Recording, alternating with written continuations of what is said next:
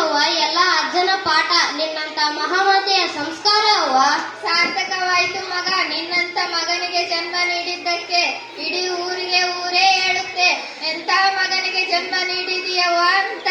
ಸಂತೋಷ ಪಡುವ ವಿಷಯಕ್ಕೆ ಯಾಕವ್ವ ಕಣ್ಣೀರು?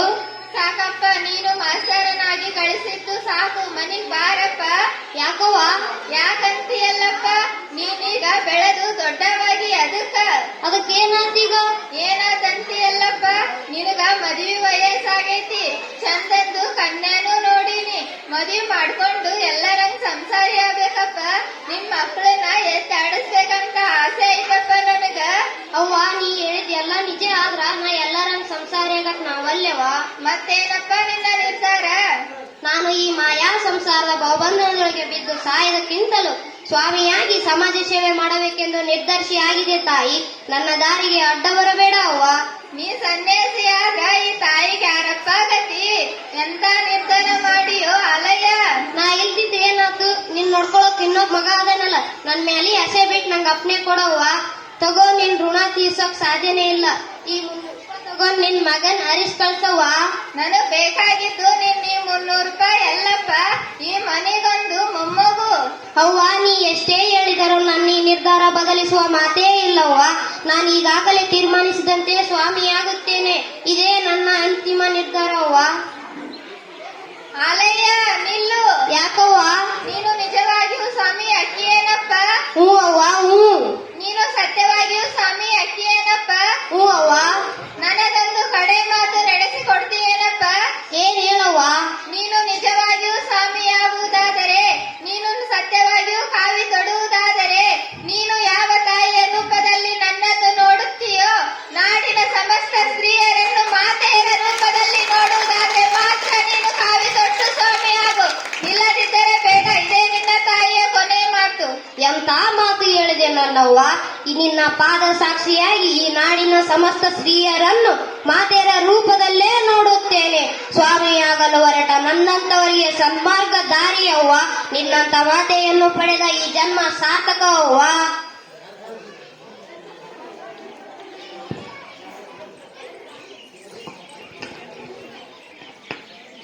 ಮೂಗಿ ತಾಯಿಯ ತೊರೆದಾನ, ಶಿವಯೋಗಿ ತಾಯಿಯ ತೊರೆದಾನ, ಎತ್ತ ತಾಯಿಯ ಬಿಟ್ಟು ಚಿಕ್ಕ ಚಿಕ್ಕಳಿ ತೊಟ್ಟು, ಶಿವ ಶಿವ ನೇ ದೇಶಾಂತರ ನಡೆದಾನ, ದೂರ ದೂರ ಕದ್ದೂರ ಸಾಗ್ಯಾನ.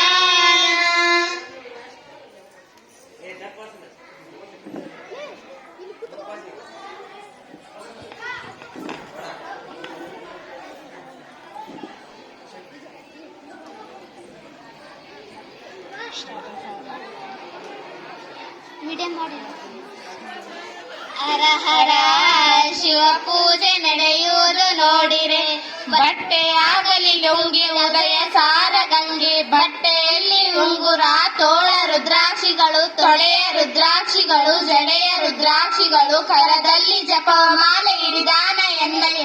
ಹರ ಹರ ಶಿವ ಪೂಜೆ ನಡೆಯುವುದು ನೋಡಿರೆ, ಈ ತತ್ವ ಈ ರತ್ವ ನಗಲ್ಲ ಗುರುಕುಮಾರೇಶ್ವರ.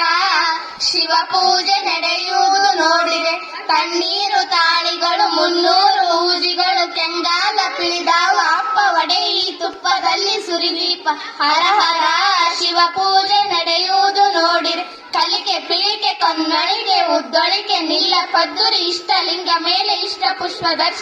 ಹರ ಹರ ಎನ್ನಯ್ಯ ಗುರುವೇ ಮಹಾ ಚೆನ್ನಯ್ಯ, ವರವು ನಿಮ್ಮದಯ್ಯ ಶಿರವು ನಿಮ್ಮದಯ್ಯ. ಹರ ಹರ ಶಿವ ಪೂಜೆ ನಡೆಯುವುದು ನೋಡಿರೆ, ಈ ತತ್ವ ಈ ರತ್ವ ನಗಲ್ಲ ಗುರುಕುಮಾರೇಶ್ವರ.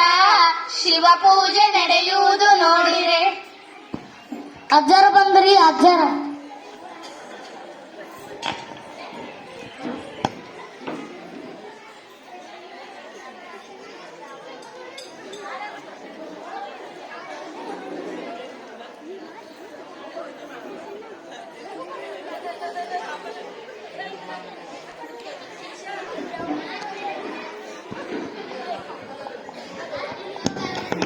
ಅಪ್ಪಾರ, ಈ ಬರಗಾಲ ಬಂದು ನಮ್ ಜೀವನ ತೆಗ್ದೈತಪ್ಪಾರ. ಹುಟ್ಟಿಸಿದವನ ಜೀವ ತೆಗಿತಾನೇನಪ್ಪ, ಹಂಗಾಗೋದಿಲ್ಲಪ್ಪ.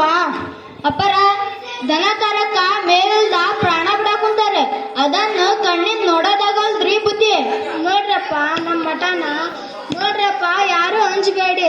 ದನ ಕರಕ್ಕ ಮೇವಿತ್ತಂಗ ನೋಡ್ಕಂತೇವ. ಅಂಪಯ್ಯನವರ ಇವರಿಗೆಲ್ಲ ಪ್ರಸಾದ ವ್ಯವಸ್ಥೆ ಮಾಡ್ರಿಪ್ಪ, ಜಾನುವಾರುಗಳಿಗೆಲ್ಲ ವ್ಯವಸ್ಥೆ ಮಾಡಿ. ಆಗ್ಲಿ ಬುದ್ಧಿ.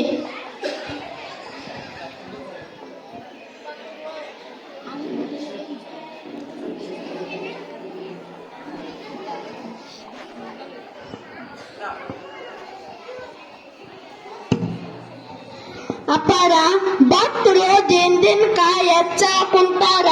ಮಠದಾಗಿನ 800 ಚೀಲ ಭತ್ತ ಮುಗಿತಾ ಬಂದವು. ಸಾಕು ಮುಗಿಸ್ಬಿಡೋಣ್ರಿ ದಾಸೋಹನ. ನೋಡ್ರಪ್ಪ ನಮ್ಮ ಮಠನ ನಮ್ಮನ್ನ ನಂಬಿ ಭಕ್ತರು ಬಂದಾರ. ಈ ಕೆಟ್ಟ ಬರಗಾಲದಾಗ ಅವ್ರನ್ನ ಕರೆಸಿ ಹೋಗಂದ್ರ ಎಲ್ಲಿಗೆ ಹೋಗ್ಬೇಕಾರು? ಹಾಗಾಗಿ ಏನ್ ಮಾಡೋದು ಬುದ್ಧಿ? ನೋಡ್ರಪ್ಪ, ಈ ಮಠ ಮಂದಿರಗಳಿರುವುದೇ ಭಕ್ತರ ಹಿತರಕ್ಷಣೆಗಾಗಿ. ಮಠದ ಮುಂದೆ ಇರುವ ಬಾಣದ ಜಾಗವನ್ನು ಮಾರಿಯಾದರೂ ದಾಸೋಹ ನಡೆಸೋಣ.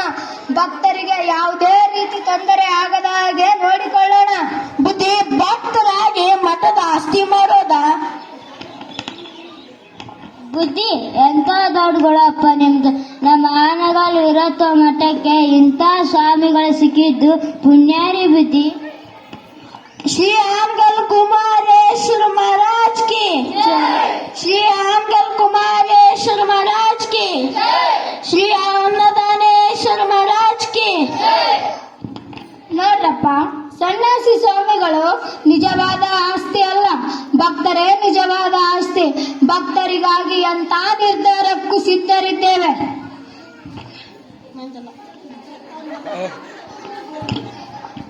ಅರಕೆ ಬುದ್ಧಿ. ನೋಡ್ರಪ್ಪ, ಸನ್ಯಾಸಿ ಸ್ವಾಮಿ ಯಾದವ ಈ ಮಠದ ಒಡೆಯನಲ್ಲ, ಈ ಸಮಾಜದ ನಿಷ್ಠಾವಂತ ಸೇವಕ.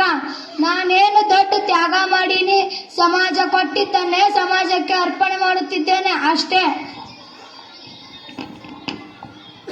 ನಮಸ್ಕಾರ ರೀ ಬುದ್ಧಿ. ಕುಂದೂರಪ್ಪ, ಯಾರ್ ತಾವು? ಬುದ್ಧಿ, ಇವರು ನಾಡಿನ ದೊಡ್ಡ ಶ್ರೀಮಂತರಾದ ದೇಸಾಯಿ ಶಿವಸಂಗಿ ಲಿಂಗರಾಜ್ ದೇಸಾಯಿ ತಾಳ ರುದ್ಲಾಗೌಡ್ರಿ ಬುದ್ಧಿ. ಯಾಕ್ರಪ್ಪ ತಾವು ಮಠಕ್ ಬಂದದ್ದು? ಬುದ್ಧಿ, ದೇಸಾಯಿಯವರಿಗೆ ಸಾವಿರಾರು ಕೂರ್ಗಿ ಆಸ್ತಿ, ದೊಡ್ಡ ದೊಡ್ಡ ಅರಮನೆ ಎಲ್ಲ ಇವೆ. ಆದ್ರೆ ದೇಸಾಯಿಯವರಿಗೆ ಸಂತಾನ ಇಲ್ರಪ್ಪ. ಅದಕ್ಕೆ ನಿಮ್ಮ ಸನ್ನಿಧಾನದಲ್ಲಿ ಮಕ್ಕಳನ್ನ ಬೇಡಕ ಬಂದಾರ ಬುದ್ಧಿ.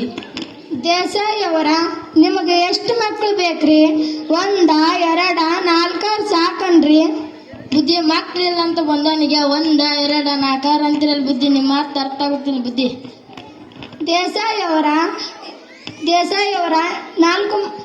ಅವರ ಈ ಮಕ್ಕಳ ಮೇಲಿನ ಆಶಾಭಾವನೆ ಬಿಟ್ಟು ಬಿಡ್ರಿ. ಇನ್ನು ಮುಂದೆ ಈ ಸಮಾಜ ಸೇವೆಯಲ್ಲಿ ಮಕ್ಕಳನ್ನ ಕಾಣಿರಿ. ಬುದ್ಧಿ, ಇದ ಮಾತು ಆಲ್ಕೆರೆಯ ಪರಮ ಪೂಜ್ಯ ಶ್ರೀಗಳು ಹೇಳಿದರು. ಆದರೂ ನಾನು ಮಕ್ಕಳ ಮೇಲಿನ ಮೋಹ ಏಕೆ ಮತ್ತೆ ಕೇಳಲು ಬಂದೆ ಬುದ್ಧಿ. ಯಾರು? ಆಲ್ಕೆರೆ ಅನ್ನದಾನ ಹಿರಿಯ ಶಿವಯೋಗಿಗಳೇ. ಅಂತಹ ದೊಡ್ಡವರ ಮಾತನ್ನು ಮೀರಬಾರದಪ್ಪ. ಆನಗಲ್ಲ ಹಿರಿಯ ಶಿವಯೋಗಿಗಳೆಂದರೆ ಸಾಮಾನ್ಯವೇ? ಹಿಮಾಲಯದಲ್ಲಿ ತಪಸ್ಸನ್ನು ಆಚರಿಸಿದ ತ್ರಿಕಾಲಲಿಂಗ ಪೂಜ್ಯ ನಿಷ್ಠರಾದ ಲೋಕೈಕ ಪೂಜ್ಯರವರು. ಅವರ ಮಾತೆಂದರೆ ಶಿವನ ಮಾತು. ತಾವು ಹೇಳಿದಂತಾಗಲಿ ಬುದ್ಧಿ, ಹಾಗೂ ಆಲಕೆರೆಯ ಪರಮ ಪೂಜ್ಯ ಶ್ರೀಗಳು ವಾಣಿಯಂತೆ ಆಗಲಿ ಬುದ್ಧಿ. ದೇಸಾಯಿ ಅವರ 4 ಮಕ್ಕಳ ತಂದೆಯಾಗುವ ಬದಲು ನಾಡಿನ ಅಸಂಖ್ಯಾತ ಮಕ್ಕಳ ತಂದೆಯಾಗಿ ಮೋಹದ ಬಲೆಯಲ್ಲಿ ಬೆದ್ದು ಸಾಯುವುದಕ್ಕಿಂತ ತ್ಯಾಗ ಮನೋಭಾವನೆ ತೋರಿ ಅಮರವಾಗಿ ಈ ನಾಡಿನಲ್ಲಿ ತಮ್ಮ ಚರಿತ್ರೆ ಅಮರವಾಗಿರುತ್ತದೆ. ತಮ್ಮ ವಿಚಾರ ಅಂತ ಆಗಲಿ ಬುದ್ಧಿ. ನನ್ನ ಸಿರಿ ಸಂಪತ್ತನ್ನು ಸಮಾಜಕ್ಕಾಗಿ ಅರ್ಪಣೆ ಮಾಡುತ್ತೇನೆ ಹಾಗೂ ಸೇವೆ ಮಾಡುತ್ತೇನೆ ಬುದ್ಧಿ. ನಿಮ್ಮ ತ್ಯಾಗಕ್ಕ ಶಿವ ಮೆಚ್ಚಿದ್ನರಿ. ಇನ್ನು ಮುಂದೆ ನೀವು ಚಿರಸಂಗ ಲಿಂಗರೆಂದು